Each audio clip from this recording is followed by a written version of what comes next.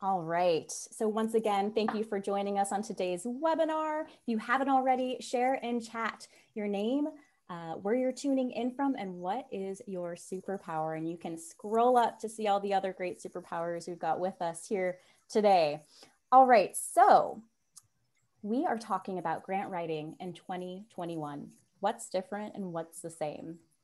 So we all know that we've had to adapt to new ways of doing things, and especially as nonprofit organizations, we've been significantly impacted by the pandemic and not only suffered a lack of funds, but also saw an increase in people needing services, right? Some double challenges. So how do we move forward in our grant writing strategies for this year? So in today's webinar, and I'm going to introduce Alice in just a bit, we're going to talk about trends in giving, what's changed, what remains the same, and more, so that we can weather this storm together and to continue to provide these important mission-driven services that we all provide in our community. So you are in for a lot of great practical information today.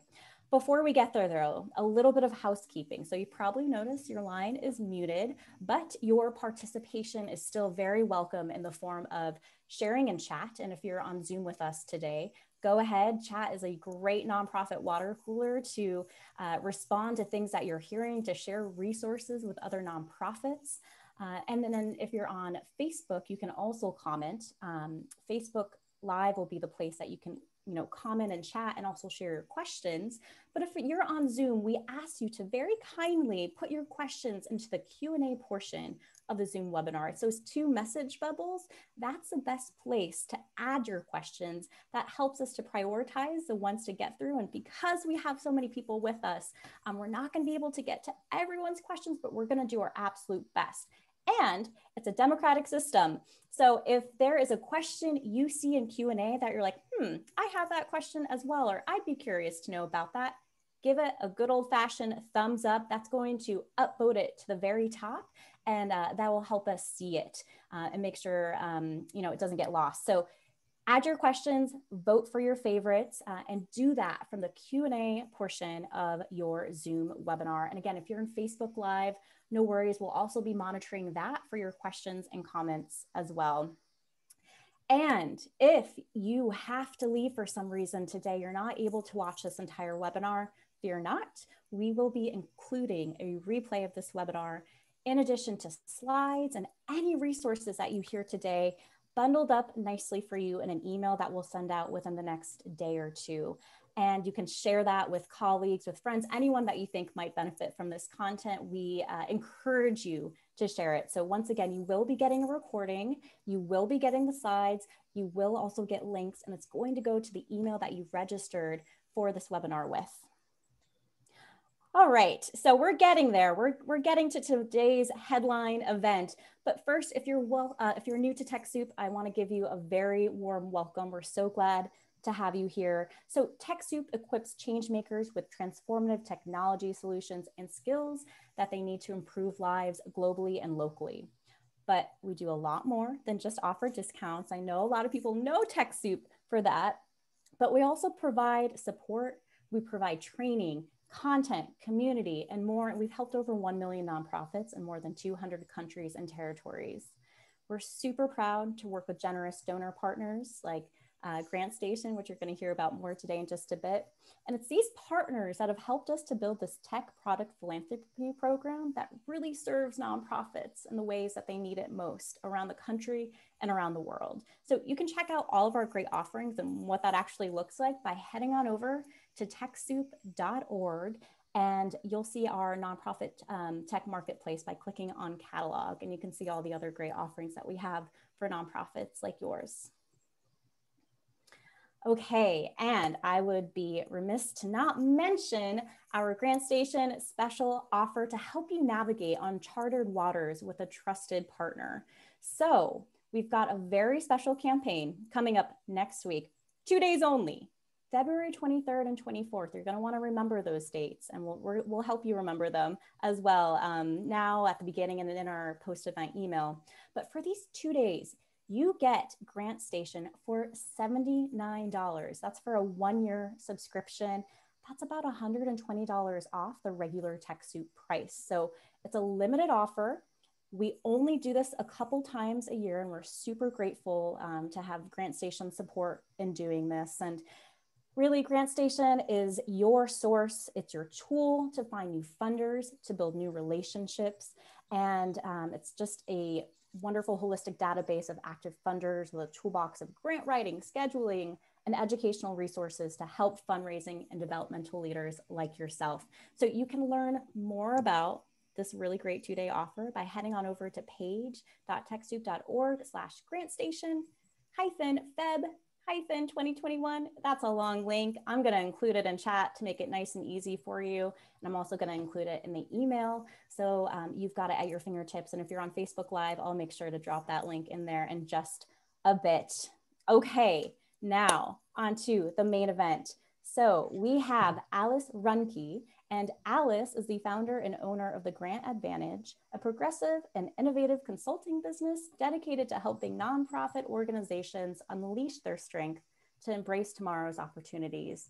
She's located in Charleston, West Virginia, and the Grant Advantage's services include grant writing, funding searches, outcome measurement systems, capacity building assistance, and learning opportunities through trainings, workshops, webinars, manuals, and more. So let's give a round of snaps to Alice. Take it away. And thank you so much for being here with us today.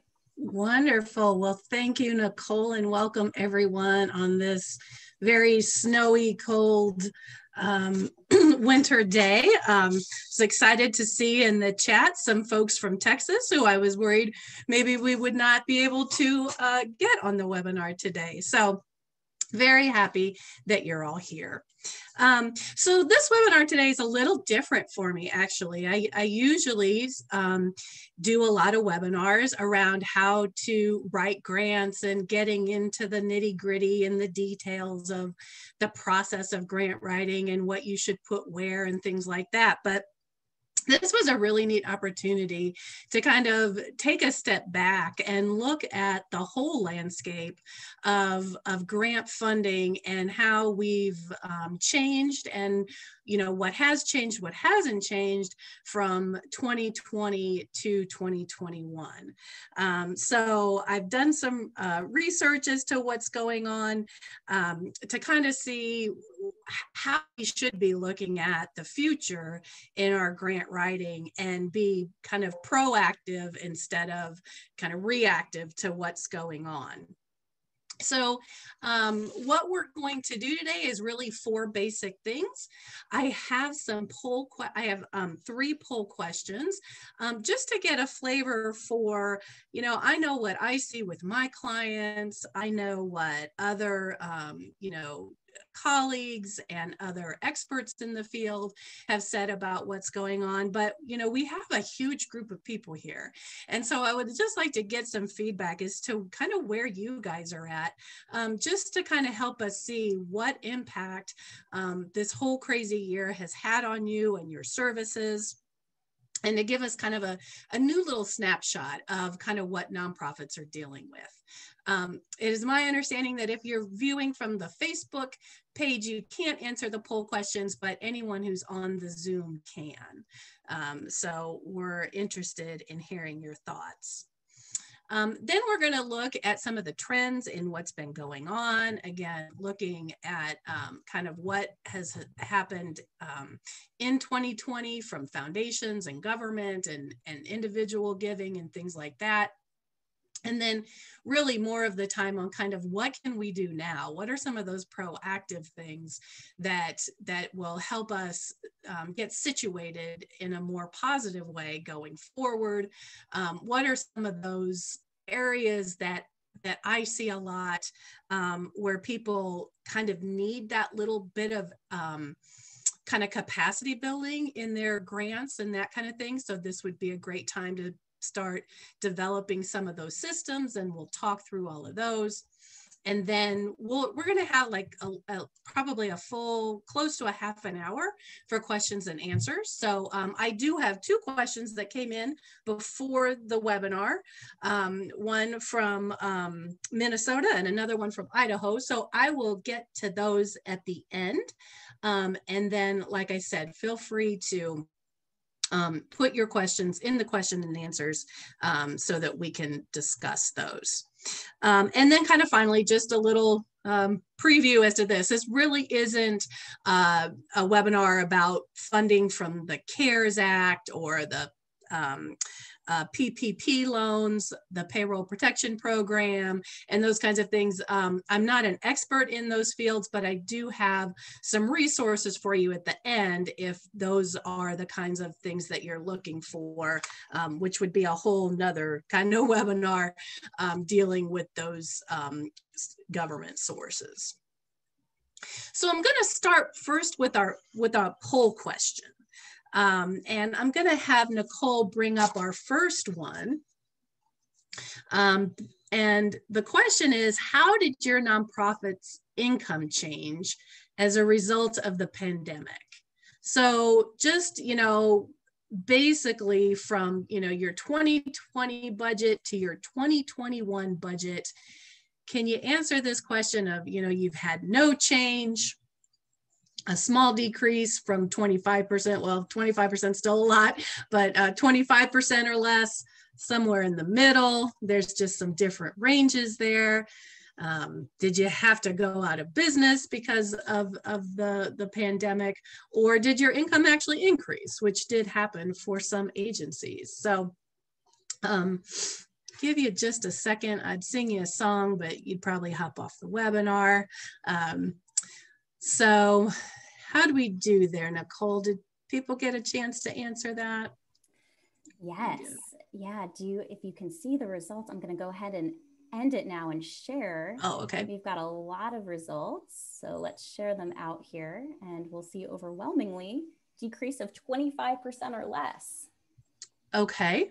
Okay. Very good. With very few going out of business, which is great. And so we said, okay, very good. So yeah, so you guys can all see these results, 25% or less being the most, a few even increasing their income, which makes sense based on how the different services you provide. So that's good to know. Okay. Our second question is, which phrase best describes your organization? So Nicole will bring that one up. And so, did it completely disrupt your operations and they're just not back on track yet because of either you can't get together with people or, for whatever reason that you just can't get back on track yet? Were you able to successfully pivot and provide your services in a different way, but you're still not at 100%, capacity? Did you make adjustments and you're kind of back where you started and providing those services? Or did you actually expand to meet new demands based on what folks are dealing with? And I know, I realize everyone's not going to be in one of those four categories, but the best phrase for your organization. All right, we've got about 80% who have voted. Okay. Just great. Let me know. Should we give it a close? Yep, sure. Let's do it. Let's go. Yep. I'm going to share those results out.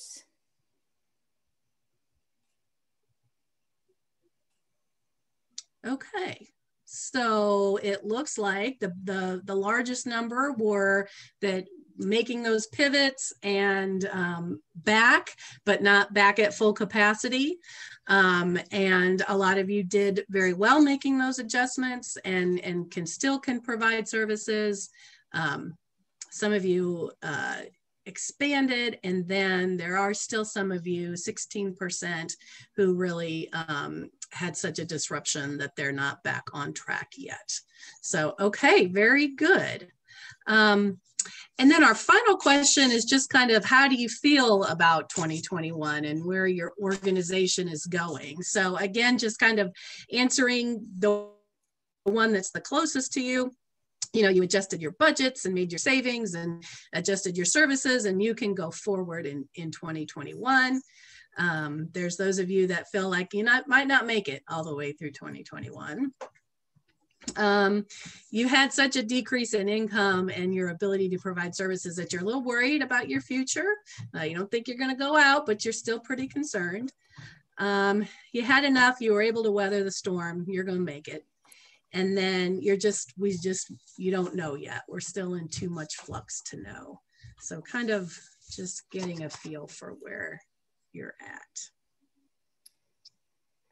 And the votes are coming in. We've got about 75%.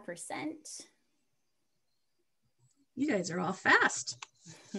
You're not sleeping.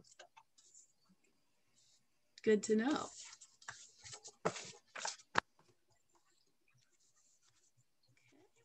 All right, about 81%. That's a good critical mass. I'll give that an end and we'll share those results. Coming at you. Great. Okay, so good news. Almost 60% of you, made those adjustments and you feel pretty good going forward. Very few feeling like that they're not going to make it, which I like to hear that. A little bit worried. I can understand that, 10%. 25% feeling like they had enough to carry them through, and 7% kind of in flux. So that's all really good information to know. I mean, you see a lot of data out there. There's different websites that have really good data about what each state has experienced, and where people struggled and what they thought was going to go on and how they were going to change their services and things like that. But this is really good to know kind of that overall picture of how you're feeling about things. So that's really helpful and good information. So thank you so much for that. Basically there's, a lot of us maybe felt that 2020 was quite a dumpster fire, and the challenges and struggles that all came with that. And so, again, what I want to talk about today is what we've seen and how I think the philanthropic changes are going to either stay with us or kind of revert back to some of more normal or historical processes. There were good things, that came out of 2021. I can't think of any right off the top of my head, but I know that it's not all negative, and I'm glad to see so many of you that still really feel that your organization is strong enough and has that ability to continue with the important services that you provide. So one thing that I think is really important, though, is you talk about nonprofit sustainability and how organizations are faring. That really, it also depends on what sector you're working in, so, you might be in a healthcare sector and working, and money is coming at you so fast, you can't even, spend it, as quickly as it's coming in. And that's a different set of challenges than, say, if you're in the arts field and, funding was just really cut and moved away from your, topic area.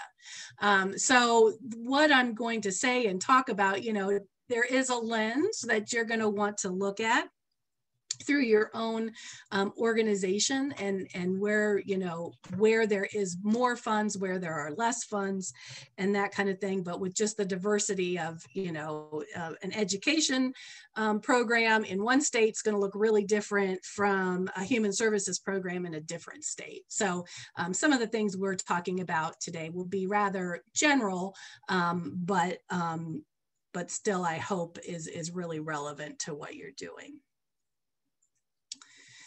So 2020 really had, I think, three major things that really impacted nonprofit work. Obviously in March, the country kind of shut down with the COVID-19 pandemic, and really was our kind of initial switch that really put people scrambling. And then in May, we had the murder of George Floyd, which really kicked off an awakening of racial justice issues that are that I feel are going to continue to be a part of our discussion going forward as nonprofits and how we do our work. And then we had an election in November. Maybe seems like it was longer than that, but we had an election that I think will also change the way different priorities are and different interest areas and things like that. So we had a really dramatic year for nonprofit organizations.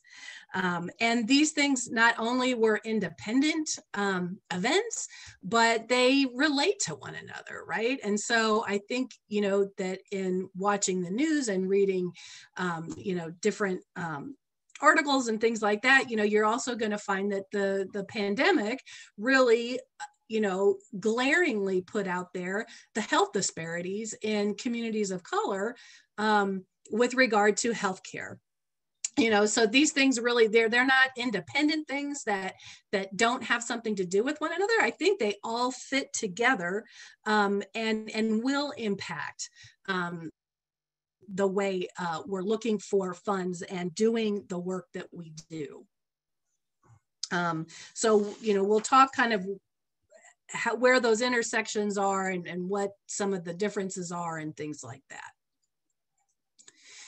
So just kind of starting with kind of the COVID emergency grants that emerged, say right, maybe about April, funders made a really quick shift and a pivot from doing what they traditionally had always done. Funders have their sets of priorities that they like to fund. And when the pandemic hit, they really went and started moving their funds from those areas to providing emergency funds to help organizations survive, to help address new needs in healthcare and things like that. And really went from a process of, your traditional grant applications to asking nonprofits to kind of like, tell us what you need to survive, and that's not what most funders usually ask, right? Whenever I'm teaching grants, I'm always preaching, you're not talking about your needs, you're talking about the needs of the people you serve. And this was one small window when that was actually not correct, that funders were saying, tell us what your struggles are, and we'll provide those emergency funding to kind of help you stay afloat through these really challenging times. And another shift that grant makers made was that instead of opening up to a lot of new organizations to apply for funds, that they kind of started backing off and saying, okay, we're going to provide funds to those organizations we've already funded or our current grantees or whatever, and kind of limited the pool of people who could apply for funds. So again, these are generalities. They're not across the board, but kind of the way, we saw a lot of the grant maker shifts. They gave money in a faster turnaround time. The applications were less cumbersome, and that the reporting on the back end, or at least what we think is going to be the back end, is a little bit less than our traditional grants. And I think that kind of comes from both, foundation sources and your, government sources, kind of how that, how they were asking you to submit and how they were asking you to report. And that makes sense, right? Because at this point, it wasn't about tell me the best approach to deal with this issue, but kind of just tell me what you need to keep going, right? So there was that shift going on there. But going into 2021, foundations have done actually pretty well. The stock market has stayed high. So their endowments are still doing, pretty well relatively. So, the anticipation is that they will be continuing to fund at levels and that they won't have to back off much for that. And that in 2021, most funders will be kind of reverting back, if they haven't already, to kind of whatever their mission-driven funding was. So that by, say, mid 2021, that if they had historically funded community development and the arts and things like that, and then they shifted to the emergency funding, that they will, it is a general anticipation that they're going to be coming back to their traditional areas of interest.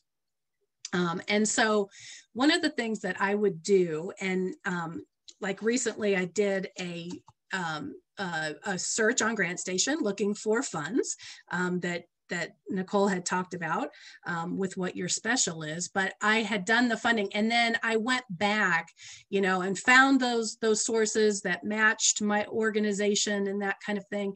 But then I went back to each one to check out, you know, are they opening up their funding again? Are they sticking with their traditional, you know, areas, or are they still in that emergency kind of funding? So I would always check back with that to see where they're at, but I was noticing a lot of them saying, you know, kind of coming back to their traditional timelines, their traditional focus areas, you know, maybe in the third and fourth quarter were the biggest ones that I saw just in doing my research. So again, if you are one of those organizations that really got hurt, like the arts or, you know, different things like that, then I would think that, you know, that you can anticipate maybe that funding coming back later in this year. And then I see that the funders will come back to that, not just tell us about your needs, but again, tell us about what you do. Tell us about your solutions. Tell us about how you make changes in the community. Tell us about how people get better or have better outcomes because of the work that you do. And that's going to come back. So if that's the way you were working in the past, I anticipate that and plan on that for the future. And then them coming back with, you know, again, their traditional, you know, if they always had 3 deadlines a year, that, you know, time frame will be coming back, and what they expect from you and reporting will start to come back to normal. So that's, you know, pretty good news, you know, as we're going forward with, you know, getting back to a new normal. With government grants, just from, you know, again, what I hear in listening to the news and things like that, that the big federal government stimulus funding that probably this last round that will be coming out will very likely be the last round of bigger stimulus funding. And so, you know, similar to how it happened when the CARES Act, you know, first was passed, you know, is kind of what I'm just calling fire hose funding, where they had a lot of money and they needed to get out the door fast. And again, I anticipate that will be kind of operating in the same way as this last round of stimulus comes out. There's going to be monies to support, say, schools and those kinds of things get back online, or help health departments with providing vaccines and things like that. And that it will come out, and it'll come out quickly. And you know, like for those that actually increase their funding, you know, there could be increases there. But I am seeing, with just looking at, I write mostly in, you know, human services fields, and I'm seeing those traditional grants that kind of have always come out, those are coming back out again. I'm seeing those traditional funding streams that have always existed in, you know, substance abuse and mental health and education and those kinds of things. That's kind of back, for me, at least in my areas around human services. I'm seeing those government grants starting to flow again. And I think that the biggest change in what government grants are going to come out or aren't is really going to be more of a change with the new administration. You know, that as those priorities change and potentially things like climate change become more important, that's where you're going to see the biggest changes in what comes out from the federal government. So that's, you know, it's more the administration change, I think, that's going to make that determination as to what we're going to see or not into the future. So funding for racial and social justice issues, and this really fits at both the government and the foundation level, that there are a lot of funders that have traditionally and historically addressed racial and social justice issues, and they're, out there still continuing to do that work. Then I'm seeing more funders coming out to say, we want to address some of the racial and social justice issues. So it might be looking at how to support more organizations led by people of color. It could be looking at how to reform criminal justice, or look at housing and racial profiling, or looking at those systematic issues that are really, hurting communities of color. And so, again, I think there's going to be those funders that have always done that are going to continue. Other funders they're making that a priority topic. And I have a few examples in a few slides. But beyond kind of the organizations and the nonprofits that deal directly with diversity and equity and inclusion and access, I think that there's going to be a shift for funders to ask nonprofit organizations how they are planning to make changes, what they're doing to address these issues, and that kind of thing. And it might be from, that nonprofits, and even, to be honest, funders are going to have these hard conversations themselves, to look at, what is their leadership look like? What does their board structure? How much diversity and access is in that? What's their staffing levels? Who are they reaching out to and serving, and things like that, in a really intentional way. I think sometimes that issue, it was more of a box that we checked on a grant application or whatever. It was something that we kind of answered, but it wasn't really tied to an importance in funding decisions. And I think that in the future, that is something that nonprofits are going to have to do, and have those, again, discussions as to how you can do better in your organization, or what a plan is to increase diversity or inclusion. And those are questions that funders are going to be asking in their applications. And one of the things that I also really preach when I teach grant writing is about including those that you serve in the design of your program and the development and design of your program. And there's several reasons for this, and another one I'll talk about in a little bit. But that's the really, in addition to all the benefits that has to make on an organization to develop programs that really make a difference, in addition to all of that, including them in your, leadership and in your program development and on your board and things like that, and including those that you serve, so that, that they have a real voice in how you're providing services. So not only, is it a best practice to make sure that you're doing the right things, it also could help you with just looking at these issues around, racial and social justice, and helping you develop your organization, develop a plan to be more inclusive and equitable and fair. And I pulled up this quote that, verbal behavior is not actual behavior.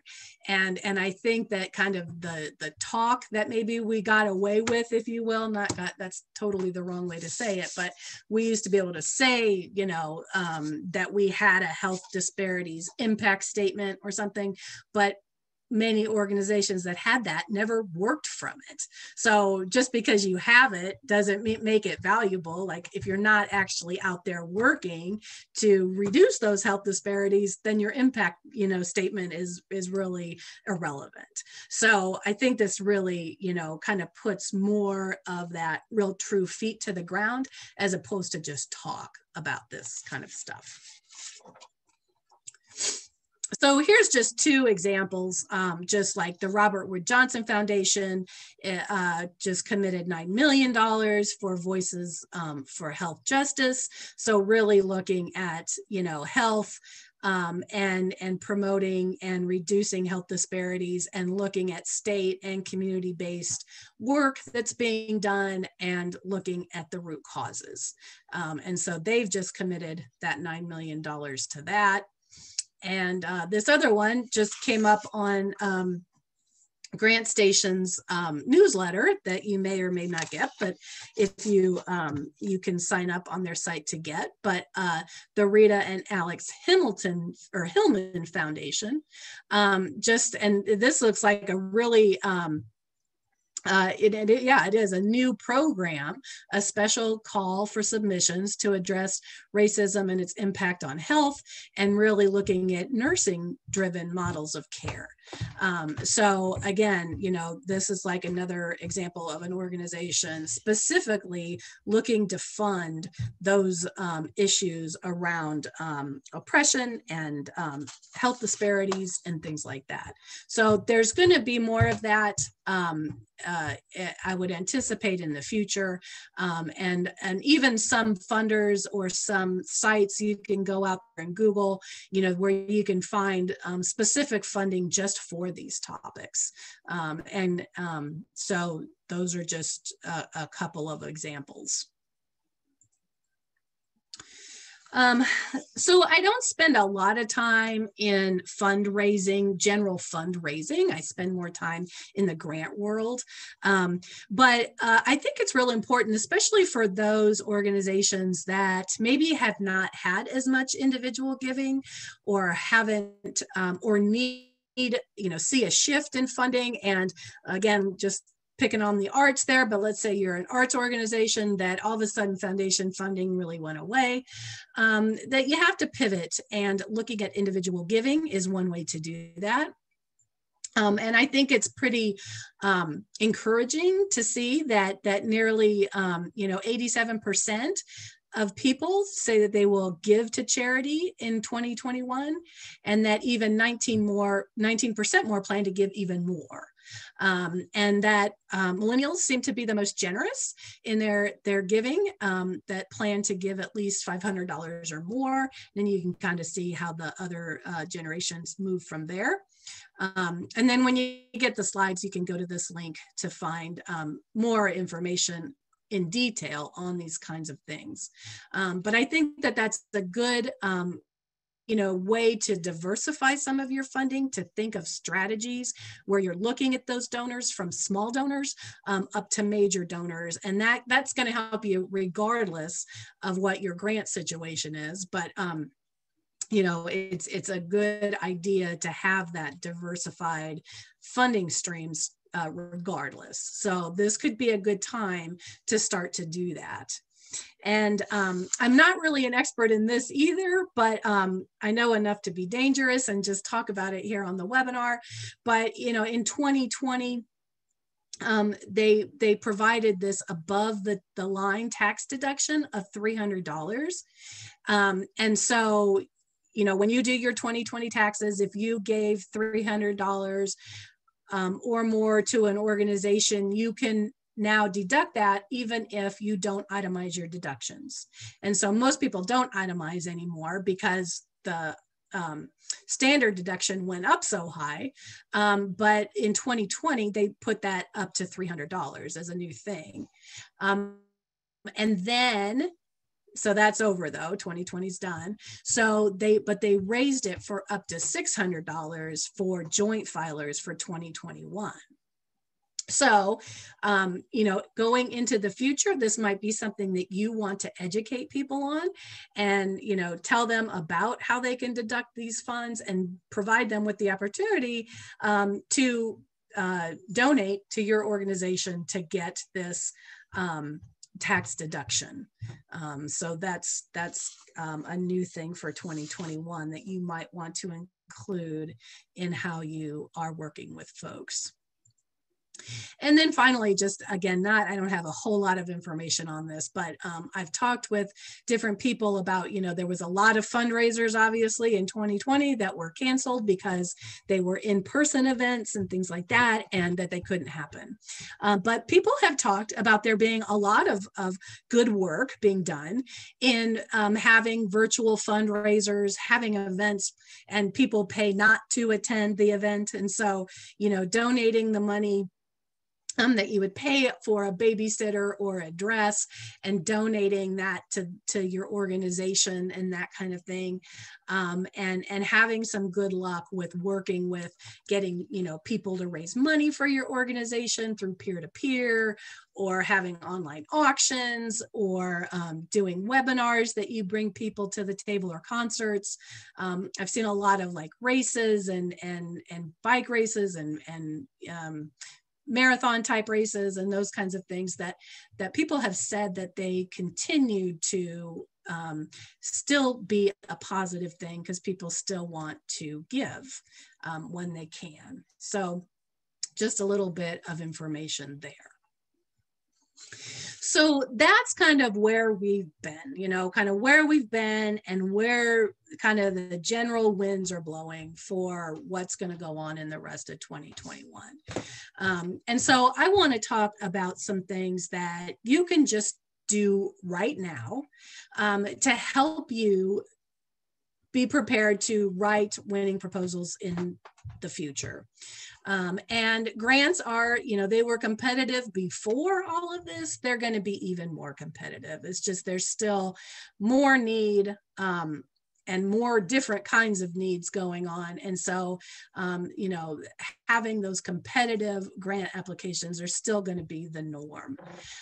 So I want to talk about each one of these individually, about, ways to craft your story, how to identify matching funds, which I just think is a real place that people need more capacity in. So again, it could be something you could be doing now, so that when you're out there full-fledged writing your grants, you have secured some of those, or building partnerships, or even potentially merging your organization based on where you're at. For those of you that were like really looking at, I'm weary about what the future looks like.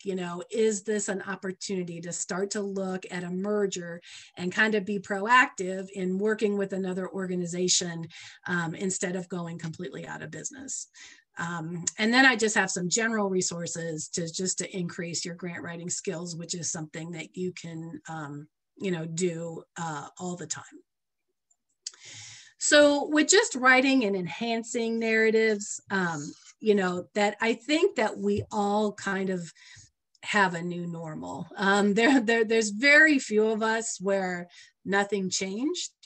And so starting to write those stories now, if it's kind of what services that your organization provides, or how they maybe provide them differently in your organizational background section, looking at maybe how you're doing, you've added services, or you've deleted services, or you've changed the way you're providing those services, starting to write those narratives now to tell that story about what you've changed for going forward.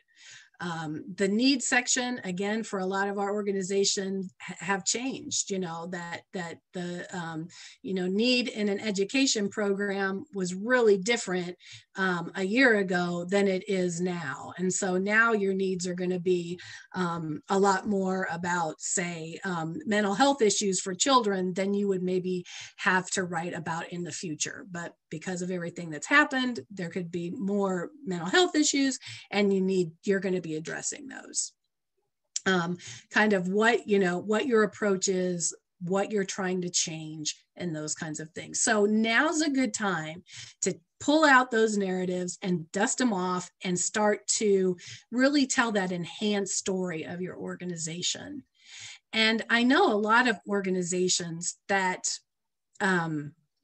when everything, like when the pandemic hit and people had to start working from home and they couldn't provide those in-person services anymore that they, used to provide, that they went and started really, looking at, okay, let's look and redo our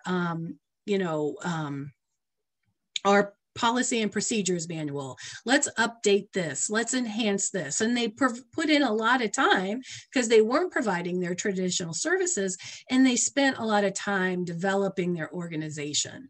So again, I think you want to show the funders how you've improved, how you've adapted, how you've integrated technology more into your services, how you've done different things, improved, and that sort of thing. And you'll want to start weaving that into your story to let them know that you've spent, if indeed you did spend that time, doing those improvements, which I think a lot of organizations did.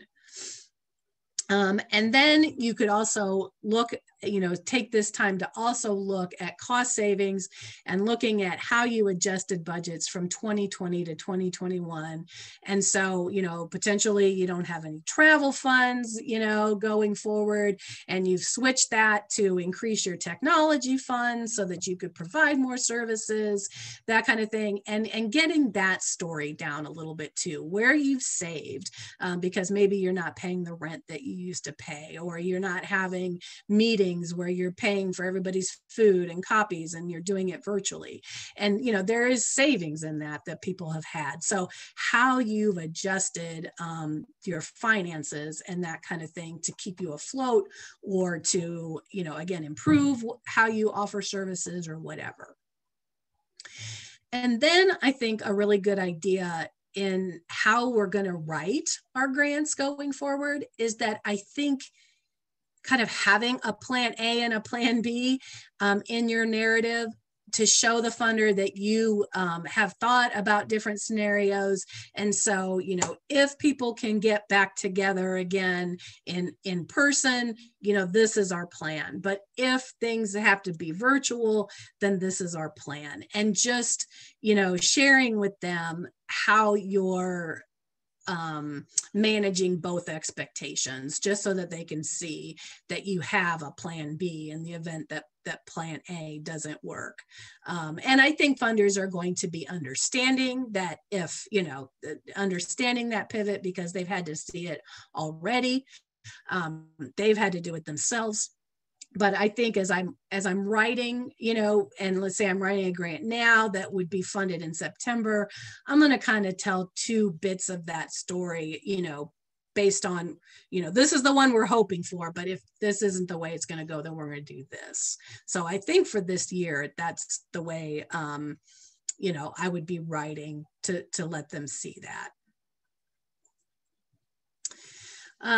When looking at matching funds, again, this is an area that I just see that a lot of nonprofits don't have the matching fund support. And it's just a huge area that you could spend some time now developing, especially if you're not able to provide those services that you used to provide. And to look at, do you have other funds to support your grants? Because most of the time when you're talking about foundation funders or your United Ways and, local groups, they don't like to fund 100% of a project. That they like to see that there's some other skin in the game, and that, that you have support from somebody or somewhere else. And so there's really two ways to do that, through either having real dollars, real funds that match, or having in-kind funds to match. And so I'm going to talk about each one of those and maybe what you can kind of do, especially on the in-kind side. Again, taking this time to start developing the systems that will allow you to capture this. So obviously, like I said, real money matches, right? So if you have investment funds from your organization, or you have earned income streams, those organizational funds can always be matched with a grant application. Or if you get donations from your donors, or you have fundraisers and things like that, those dollars are usually unrestricted. And so you can put that as a match and showing the funder that, you're asking them for a piece of what you're asking for, and other funds to pay for other pieces are coming from other sources. And then traditionally, you can match grants with grants, not at the federal level, but other than that, you can usually get a match from one funder to pay for your, technology, and another funder to pay for your staffing, and then put it together and make one coding club or whatever. So you can match grant with grant. But a lot of us, that real money is hard to come by. And so how do we show that we've got skin in the game using in-kind support? And the best way to do that is looking at the value of a volunteer hour or volunteer activity. And so a lot of us have volunteers that work at our organizations, and our organizations would not be providing the level of service that they're providing without all of that volunteer activity. And so how do you capture that? Well, if you're using that in a grant application, you have to capture it with, real documents like timesheets and that kind of thing, and getting volunteers to capture their hours. But there's every year, the independent sector, which is the organization there, they calculate the value of a volunteer hour. And they do it for the United States as a whole. So in 2019, it was $27.20 an hour. But then they do it state by state. So I just have West Virginia's here at $23.01 an hour. But when you start to track all those volunteer hours of people coming in to support your organization, you will be surprised at how fast that adds up as in-kind support to your organization. So this would be a good time, if you haven't done any of this kind of work, to start to get the systems down to calculate and capture this in-kind volunteer activity hours, because it really adds up. And really it's, it is part of our stories for most of us, that the work that we're doing just wouldn't happen without the volunteers coming in to help. If you get, hang up on that person. If you get, now I hung up on them. If you get, discounts from organizations, so let's say you always use a certain building for your programs and this and that, and usually it costs $100 an hour, but you get it for $1 a month or whatever, then if you get that in writing, that's in-kind support. So you would just, again, you want to track all of this, so setting up that system to track. And then any other kind of donations that you could get are also very valuable. And so one of the things that's happened since 2008, like when the housing market crashed and everybody's, retirement accounts and funders, endowments, like all of a sudden just dropped in half, right? What has happened every year since 2008 is that corporate giving, with the exception of 1 year, corporate giving has continued to go up. But not necessarily in cash donations, but in what they're giving to nonprofits in their in-kind donations, which again could really help you out if it's, from goods that they're giving you, office furniture or computers or printers, copiers, things like that, to providing you with, low-cost meeting space or services like that. But the biggest one is that expertise of their people. And so they're giving time for their staff to spend X amount of time in the community, providing their, professional services to nonprofits. So I have an organization that I work with that got an entire a marketing company. They provided one of their people that gave them a whole new marketing, design, logo, letterheads, website, wrapped their vans with however you do that with that kind of stuff, and did all of that for free. And so that's really where there's a lot of great support for your organization, that if you can get somebody to come in and provide some of that legal advice that you need and not have to pay a lawyer, that's, a real support for your organization. That's saving money that you would have to spend. So looking at how these, donations can be solicited from businesses and corporations in your communities. And also when you're looking at the expertise value of those who volunteer at your organization. So if I come into your organization and I'm a nurse, and I come in to provide screenings for the kids in your program, health screenings, and I come in as a nurse and provide those health screenings, then you can value my time at whatever I get paid in my work. So let's say I get paid $75 an hour as a nurse. I can, if you keep it in writing and you keep the timesheets and all that, you can track their time at their professional rates.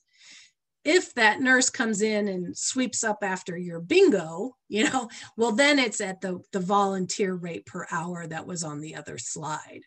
But when you're getting people to come in and provide their specialized services, then you can value those in-kind donations at what their professional rates are. So these are just, again, some things that I really feel that are really valuable things to start developing now if there is a lull time or a quiet time, if that exists in the world anymore, to help you be even stronger tomorrow as you go out and look for other grant funds. Then kind of looking, my last little bit is on partnerships. Again, funders, are really big on partnerships, and you just can't go out there and be the Lone Ranger and get funding anymore. And so, really looking critically at your organization and looking at, how you do similar things to other people, what makes you the same or what makes you different. Is there any way to share resources or partner really intentionally to save on, funds going forward? Or is there, ways that you could, instead of paying 2 rents at 2 different places, potentially there's ways to save money by sharing space or things like that. And really looking intentionally on how you can support their work and how they can support your work.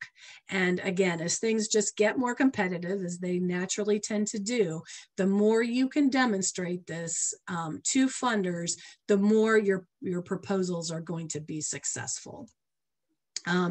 So one of the ways that you can do this, and I teach this in my grant writing classes, that when you identify a problem in your population, you're usually going out and you're looking at what the target population is struggling with, right? So you're using data and you're using statistics and you're identifying, what's going on, what the problem is, right?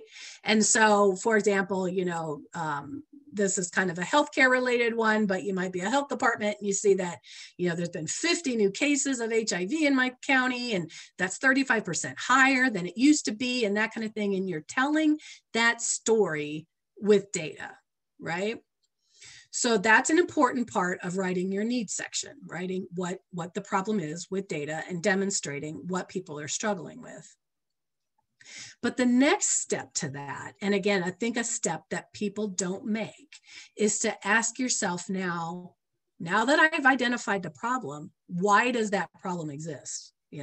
So I know this many kids are dropping out of school. Why are they dropping out of school? I know this HIV rates are getting higher. Why are they getting higher? Why are people homeless in my community? Why are people out of jobs in my community? That kind of thing, and asking yourself what the reasons behind that need are. And that root cause analysis can really be helpful in figuring out who to partner with, and how to develop a program that will make an impact, Okay. So here's just an example. Let's say I'm a county and I'm like, COVID-19 is really spreading rapidly in my county. And I have the numbers and statistics to show that. Well, then I have to ask, okay, I know it's rising, right? So now I have to ask myself, well, why is it rising, right? And with most of the things that you all are dealing with, there's probably lots of reasons why. Usually it's not just one, usually it's not just one cause, one root cause. Usually there's the issues you guys are all dealing with are multifaceted and that kind of thing. So you'll be able to identify lots of root causes. And after you do that, then you can identify, number one, who can I partner with that's dealing with another part of this problem and connect with. And, again, I can provide them with resources. They can provide me with resources. And number two, what I teach in the grant writing is that if you don't know the root cause, you're not going to necessarily develop a solution that's going to meet the root cause. So let me give you an example. So if I know COVID-19 is spreading rapidly, and what I do is I go out and I buy a bunch of more masks, because I think that the reason why it's spreading so rapidly is because there aren't enough masks for people to wear. But if the real root cause is that people aren't wearing their masks because they don't think it matters, then my approach of buying a bunch of masks isn't going to solve the root cause of the problem, because people have access to them. They're just not wearing them, right? So what I do to address there not being enough masks is different than what I do to address that people don't think wearing a mask matters. Or, it's maybe the spread of COVID, maybe it doesn't have anything to do with masks. Maybe it has to do with testing facilities. Or maybe it has to do with there's not enough workers in the testing facilities. Or maybe there's not enough tests. Like, you really have to do this root cause analysis to find out what you're going to do if it's going to make a difference, and or to partner with others to be part of a bigger picture of dealing with this issue in your community. And so, this is just a great analysis to do, and can really, really help you, identify those partners. And this is the place where that's where I'm saying, the root cause analysis, sometimes where that information comes from is working with the people that you serve, getting the information from them. And so that's where you can bring in those that you serve, right? So that you do identify correct root causes, and you do involve them in how you're going to provide services. And then that they're going to, take advantage of what you're providing, or they think it matters, or they have, skin in the game, or they care, or they're going to tell their neighbors, or they're going to help communicate, that kind of thing. So this really kind of wraps up several things all together, when looking at, how to develop the best proposals and do things that have the most impact. And working with partners is really important. Just on my website, just if you're interested, I do just have a little tool that your organization can also work with to think broadly about partnerships. Doing the root cause is a great way to do it. A root cause analysis. It could also be using this tool of looking at different businesses and corporations that are either in your communities or sell to your stakeholders, or where your stakeholders work, or corporations that you buy things from, or corporations that have that do similar work to your work, like an affinity corporation. Looking broadly at those kinds of organizations and looking at what might motivate them to work with you, and what you're bringing to the table to support them. And then beyond kind of businesses and corporations, looking broadly at, social service agencies and how they could partner, educational institutions, communities of faith, civic groups, I won't read them all, the media, that sort of thing, and just looking really broadly at how you can partner and, again, share resources, work together to really address the challenges in our communities. So this little tool is just like a one-page Word document or whatever, but it's on our website if you want to come back and just print it out. And then finally, before we get to our questions and answers, just some tips for, how to increase your grant writing skills. One really great way is to become a grant reviewer. And so at your, again, your local community foundations, your United Ways, your state agencies, and even up to federal agencies, if you have content expertise, being a grant reviewer is a great way to really hone your skills. Again, you get to see the process from a different side. You get to learn more about what other people are doing and things like that. You get to start to look at things and say, well, that didn't make any sense, and kind of start to go, oh, when I write my grant, I need to explain that better, kind of thing. So becoming a grant reviewer is a great way. And then I just find reading successful proposals is really a great way to, dissect them. And even if it's not the same topic that you're writing on, just reading other proposals and trying to figure out, how did they lay this out? What made it so good? How it was clear? Was it these visuals? That kind of thing, and things that you can then emulate in your own writing. And so we have some on our website, some successful proposals that you can read through. GrantStation also has a competition every year, and successful proposals are presented there. So just some great ways, or ask colleagues, that kind of thing, if you can read their proposals, different things there. I do a lot of webinars for GrantStation, and they have, beyond the ones I do, they have a great online learning series. So when you get your subscription to GrantStation, they've got lots of great tools for you to take part in. And then finally, just a little plug for our manual, the Mapping the Course manual, which is a great, easy to read manual about writing your grants, how you can connect all the pieces together and tell a really coherent story. So you could always pick up a copy of that. Just for when you get the slides and stuff, like I said before, I'm not an expert on like the CARES Act or that deduction I was talking about that people can make on their taxes, or the payroll protection program, but the independent sector has a really nice website where it's really geared towards nonprofits and what it means for nonprofit organizations, so you wouldn't have to wade through the for-profit versus nonprofit. So you can come back to that if you need more information on what's going on there. So I am going to get out the two questions that were sent to me before the webinar, and I will answer those while Nicole and Jamie Chapman, who's online with me, who works with me, has also been monitoring the question and answers and the chats and the Facebook page and all that good stuff, so we can answer questions for the rest of the time.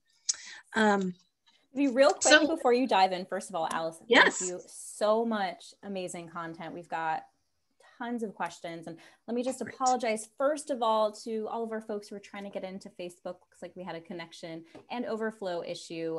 We reached capacity and try to reach out to all of you to access it live via Facebook. So if you're watching it now on Facebook, apologies for that. Or if you're watching the recording, you've got it in your hands, and so you can visit that replay at your leisure. in addition to the slides, which are just chock full of information. So apologies on that, but we appreciate your patience. And yeah, Alice, take it away. Start with those questions, and then we'll start to get into these other ones. Great. All right. So one of the questions came from Idaho, and I'm not going to read the whole entire thing, but they are a nonprofit church, and they asked what types of grants would be available to a church, and are they conditional? And so there is funding for faith-based organizations. There is some funding that is out there to fund faith, right? To fund whatever faith it is that you're practicing. And so those funds, it might fund a Christian organization or a Jewish organization, and those are generally private funders who want to fund that particular kind of advanced a particular faith. But beyond that, when you're looking at government grants or basic foundation grants, faith-based organizations are eligible for those grants as long as what they're getting funds for is for a charitable purpose beyond their church walls. And so you could, for example, have an after-school program run in a church and run by church members and that kind of thing. And a funder would pay for the services provided, but wouldn't provide for any sort of activity related to doing, church related activities. So you have to keep those separate, kind of the proselytization, if you will, of what you're doing, and then the service. But but faith-based organizations, get a lot of money out there. So that's, as long as you keep it separate, keep the two things separate. And then a second question comes from Minnesota, and they provide a Cars for Neighbors program. And so it's really about funding for vehicle repairs, right? And every time they do funding searches, they don't find anything that says funding for vehicle repairs, but they see other funders, and what they're asking for is how they best approach a foundation that they feel, matches. And so, yes, I do think that, in a situation like that, you provide the vehicle repairs, but that's, impacting economic development, right? Or that's impacting people getting jobs or getting to work or getting schooling or whatever. And so I think you can, approach it by contacting that funder and showing how your piece of it works within the bigger framework. If they say fund economic development, well, what you do is a piece of that economic development, right? So reaching out to them, you could just call them and say you want to talk with them. I would have a short, 1-pager or 2-pager that maybe describes everything. They probably won't want to read a whole lot more, if you're just starting the conversation, but get something in front of their face that demonstrates how you do and how you do what you do and how you do it and what difference you make, and then how you fit within their larger context. But that's entirely appropriate. And like I said, you just reach out, you just talk to the program officers, that sort of thing. So, questions, more. Yes, we'll try to get through as many as we can here. Let's go at the top for the ones that have been upvoted. So, and oh yes, if you want to include that link, or I'm actually going to pull that link and put it into chat on both Facebook and Zoom. We'll also include it in the post-event email. I know some folks have been asking about that. In addition to the recording and the slides, we will send them in an email to you within the next day or two. So let's move to this question from Wendy. Wendy asks, while funders shifted thankfully to provide emergency funding and more unrestricted funding, mostly, as you said, this was focused on their existing partners. Any advice for creating new relationships with grant makers during this time? Yeah, I think it's, just going to be a little harder, again, because they made that shift. But I feel like from everything that I've heard, that they're starting to make that pivot right now, kind of going back a little bit more to normal, if you will, or whatever normal is now.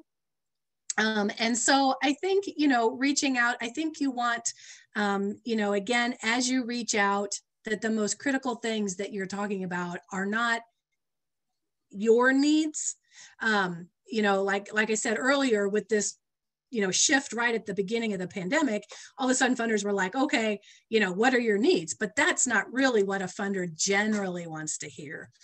What they want to hear is what solutions you have to the problems, because everybody can just call up and say, I need this and I need that. And it's generally not that compelling to them. So I think as I was approaching them, I would, my first part of the conversation is really about what you do makes a difference. And then you can, weave to the end of, maybe if you needed some, emergency funds or something like to get your technology advanced, or some new training for your staff to be able to do something new or something like that. And demonstrating that, an investment in you will allow you to provide, more services later. I think, I just wouldn't lead with that. I would lead with your solutions and then start to work in kind of what you need from them. So I think I would build that relationship that way. And, again, it's just time to start out, again, at least around here, most people are still kind of working from home, but I haven't had problems getting in touch with any funders. So I would do it just the same way we did it a year ago, with just reaching out, again, having something in front of them, demonstrating why you're a solid organization, and then talking from there. Great. Let's move to this question from Dinah. Dinah asks, we'll start by saying, our small office staff exists to support a nationwide team of volunteers, and our largest single funding need is for salaries, not a popular draw for grantors. Do you have suggestions for strategies for grantors to approach? Maybe strategies? I think that, again, demonstrating, if your program is managing volunteers nationwide, if you're capturing what those volunteers are providing to your services, you're probably, your staffing costs are actually less than probably what is being given in kind, right? Because you're managing all these volunteers at whatever that, $20 some an hour is. Again, no money's exchanging hands, but when you look at what your overall programs cost, your salary costs are actually probably a lot lower. Because if you can demonstrate all that support coming in from the volunteers as in-kind support, then you're showing them, gosh, we've got, way more of an impact with just a little bit of a need of these salaries. If you don't include that volunteer stuff, then it's going to look like your salary costs are super high. So I think if you can, as much as possible, capture that as part of what your overall in-kind support is, and then your pie just looks really different. And then what you're asking them to support looks different. And so, but it is always hard. I mean, salaries are hard, in general. But, I think if you can do that, especially with the topic that you said, that's a real win-win for you. Great. Thanks for that, Alice. Let's move to this question from Esther. Esther says, I need some clarification on outputs and outcomes in grant writing. Can you give some more detail on that? Sure. So generally, an organization provides an activity. So you do something, you feed the homeless, you provide counseling, you do whatever. So you have an activity. An output is generally just the bean counting, if you will, of that activity. So the output is generally, how many people you served, how many hours of services did you provide it, how much did you give, how much physical food did you give to people, how many pounds, how many hours did you spend counseling people, that kind of thing. And so it's the counting, if you will, what you do. Then our outcomes are how the people that we serve, how they change. Okay. And that's a bigger process. We actually do offer a whole webinar with this in GrantStation, but how you measure the changes in the people that you make. And that's what is a bit more difficult. It's easier just to count what you do, and that's an output. But seeing if what you did actually got some, a job training program that you did, and you could count how many people you served and how many classes you had and how many hours of classes, but the outcome would be how many people got jobs, or how many people, increased their salaries, or how many people were retained in their positions, that kind of thing. So it's that one more step into how people change because of what you do. And again, a little bit of a shameless plug for my manual, but the manual also talks about that, what an outcome is and how you can, measure an outcome. Excellent. And is there a link to that manual? It was in, There it is. Okay, yeah, we'll include that. I will include a link to that in both Facebook and Zoom. We'll also include it in our post-event email. So it's nice and easy and accessible. So, okay, we've got another, couple questions that I'm trying to combine into one. It's come up quite a bit, but the question mostly is around, I'm new to grant writing. So where is the best place to look for, XYZ grants? So whether it's government grants or children's literacy, or grants for people with intellectual developmental disabilities, or if it's related to my faith-based initiatives, these are all different things, all different places to look, but what kind of advice do you give for people who are new and need to look by their mission? Okay, so I think if you're looking to where would you find people to apply to, is that kind of where that is? So, yes. Okay, well, that's a perfect setup for GrantStation, actually, because that's what GrantStation is it's a database of funders, and you type in, what your interest area is, and you can type in or select, your region or your state or whatever. And it tells you, based on what you select, which funders fund housing programs, or which funders fund literacy programs or faith-based initiatives or whatever. So a GrantStation subscription would get you to finding those sources. You can also, for government sources, you can look that up in GrantStation as well. But if you're looking for federal government sources, you go to grants.gov, and that's kind of the single repository of all the federal grants from all the 26, I think, or 27 federal grant making agencies. They all put their funding announcements in there.